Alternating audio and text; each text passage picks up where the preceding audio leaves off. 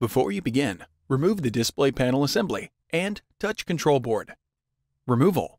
Remove the retention tape that covers the webcam zip connectors on the transfer board. Using minimal force, lift the locking bars up on the two webcam zip connectors and disconnect the webcam cables from the transfer board.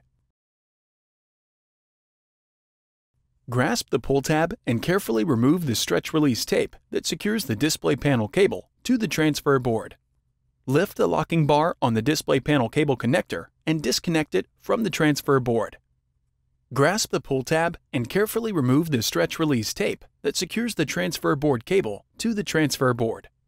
Using minimal force, lift the locking bar up on the transfer board cable ZIF connector and disconnect it from the transfer board. Remove the four 1.5mm P0 Phillips head screws that secure the transfer board to the display enclosure. Lift the transfer board off of the standoffs on the display enclosure and remove. Reverse this procedure to install the transfer board.